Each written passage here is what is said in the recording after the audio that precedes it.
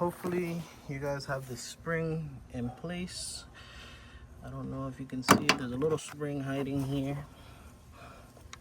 You can usually use like a flathead, or in my case some needle noses.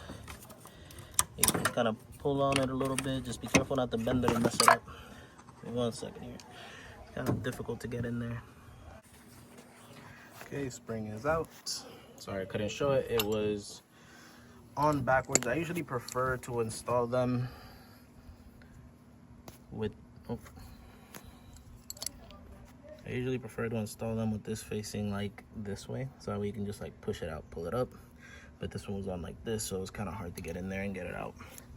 Now the next thing is, let's go ahead and loosen up this tensioner.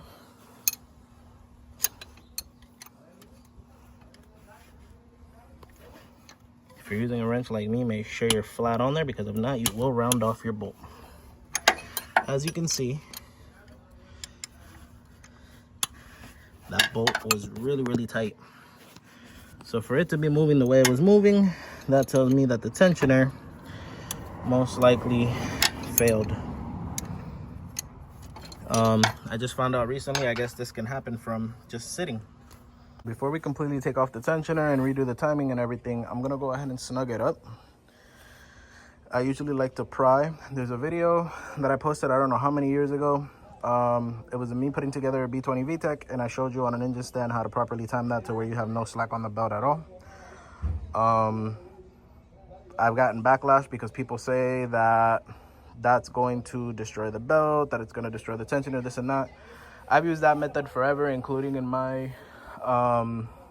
built GSR turboed Integra, and to this day it hasn't caused any issues. I haven't even needed that secondary tensioner that everybody's always talking about.